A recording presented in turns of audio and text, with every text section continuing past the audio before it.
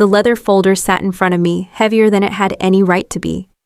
It wasn't just the weight of paper, it was the kind of weight you feel in your chest before something irreversible happens.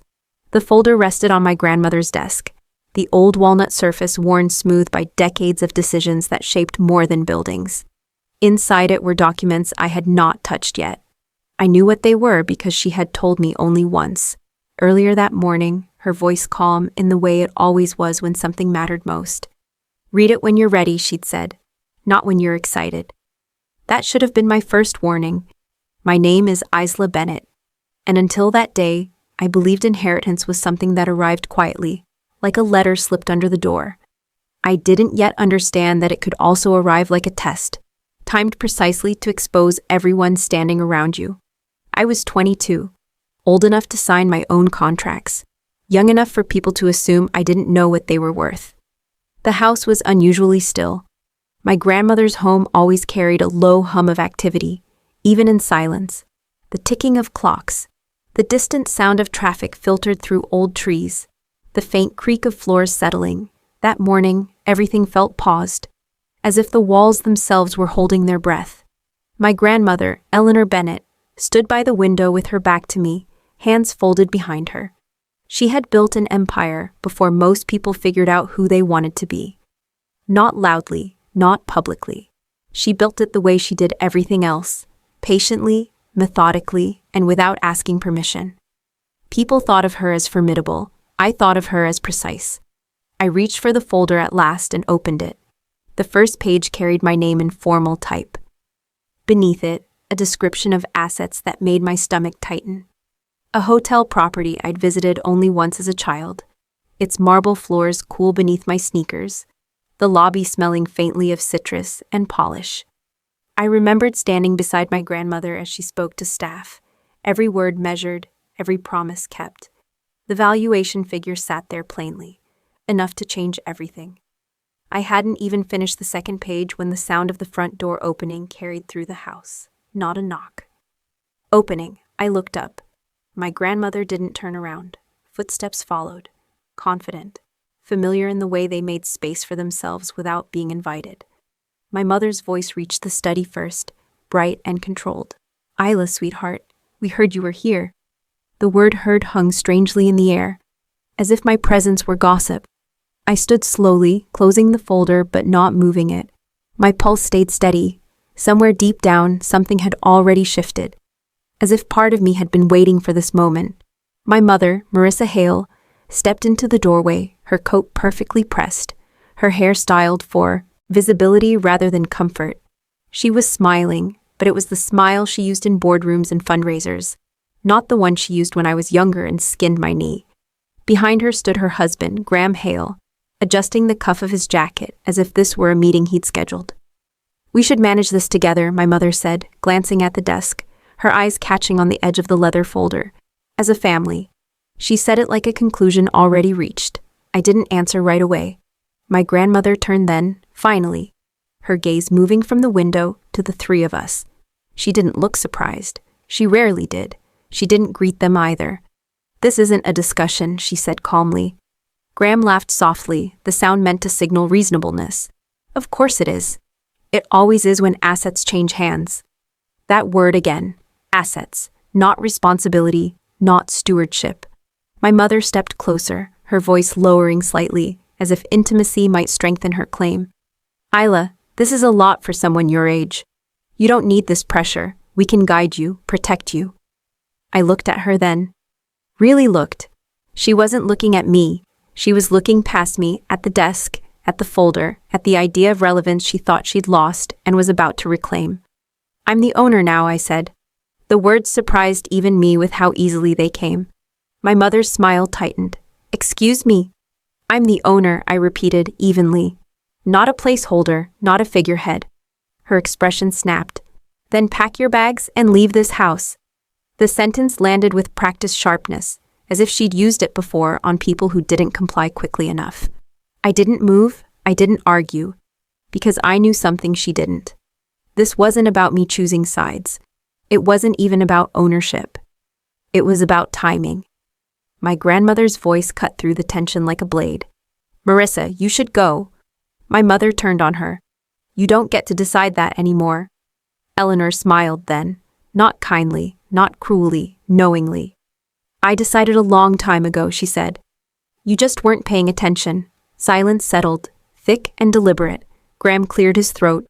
Let's not make this dramatic. My grandmother tilted her head slightly.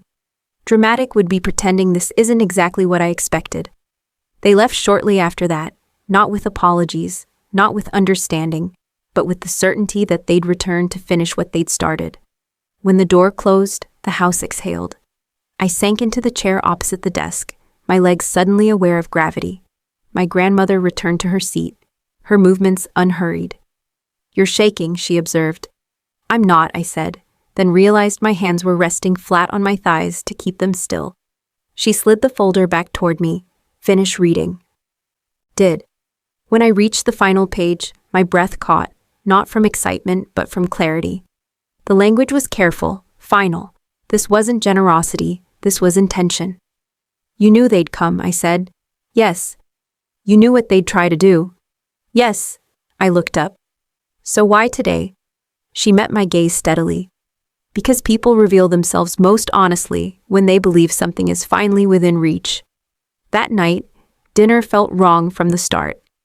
The table was set beautifully, candles flickered, food was prepared with care. My grandmother insisted on routine, on the illusion of normalcy, but everything beneath it was charged. I could feel it in the way my mother's voice sounded when she called later, the confidence, the assumption. This isn't over, she said. We'll talk properly tomorrow. We will, my grandmother replied, before ending the call. She turned to me after, her eyes sharp. They think they're negotiating. I swallowed. Aren't they? She shook her head. They're performing. The realization settled slowly. This wasn't a fight, it was a lesson. And tomorrow they would be the ones taking notes. The invitation went out the next morning. It was my grandmother's idea, typed with the same calm precision she used when approving blueprints or signing contracts. A polite message, neutral language, no urgency, no warning. Dinner tonight. Let's discuss the transition properly. I watched her read it once, then hit send without hesitation. They'll come, she said, setting the phone aside. People always do when they think the door is still open. The house spent the day preparing itself, the way it always had before important moments. Floors polished until they reflected the light in long, clean lines. Windows wiped free of fingerprints. The smell of roasted garlic and thyme began to drift from the kitchen by late afternoon. Nothing about the scene suggested conflict. That was the point. I helped where I could, moving quietly through familiar rooms, my mind working through everything I hadn't said the night before. The folder remained on the desk upstairs, untouched now, as if it had already done its work. Ownership, I was learning, wasn't something you declared. It was something you protected. By 6, the table was set. The oak surface gleamed beneath the chandelier, silverware aligned with geometric precision. Candles stood unlit, waiting.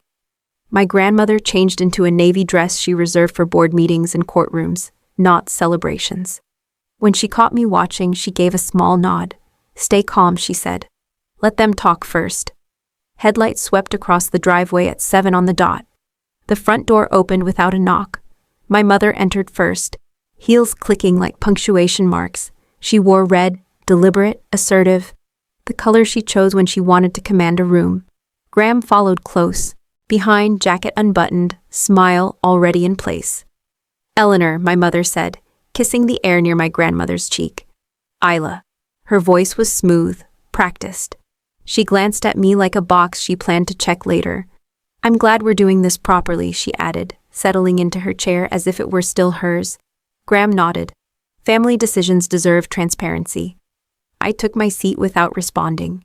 Dinner began politely, plates passed, wine poured. The small talk moved carefully around the edges of what we all knew was coming.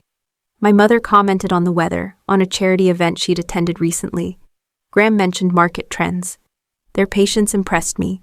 Or maybe they were savoring what they believed was inevitability. I watched my mother's fingers drum lightly against the table, her gaze flicking again and again toward the silver folder my grandmother had placed beside her plate. Finally, she couldn't resist. Let's be honest, she said, setting down her fork. Managing something of this scale is complex.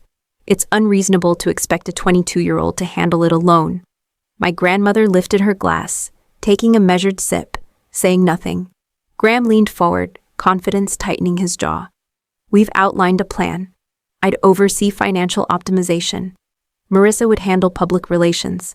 Isla could shadow us, learn the ropes. The words weren't suggestions. They were instructions. I set my fork down carefully. You mean I'd sign over ownership, and you'd manage everything? Graham's smile faltered for a fraction of a second. We'd call it stewardship. My grandmother finally looked up. And how exactly would that benefit Isla? My mother's smile widened. It would benefit everyone. We're family. That word again. Family, wielded like leverage. I inhaled slowly. You're right, I said quietly. We are family. Relief flashed across my mother's face. She leaned back, satisfied. Which is why, I continued, we should stop pretending this is about love. The air changed. My grandmother slid the folder into the center of the table and opened it. The sound of paper moving was crisp, unmistakable. These, she said evenly, are bank statements from the Burlington account. My mother's color drained. Withdrawals authorized under Marissa Hale's signature, my grandmother went on. Funds that never returned. That's absurd, my mother snapped. Those were temporary reallocations. My grandmother turned the next page. And these are emails from Mr. Hale's consulting firm. Proposals for overseas expansions that don't exist. Graham's jaw tightened. You had no right to— I had every right, my grandmother interrupted. You attempted to mortgage core properties under shell companies. You thought I wouldn't notice. The fire crackled in the hearth, the only sound brave enough to fill the silence. My mother turned to me, desperation breaking through her composure. Isla, this isn't true. She's twisting things. You can't believe this. I didn't answer.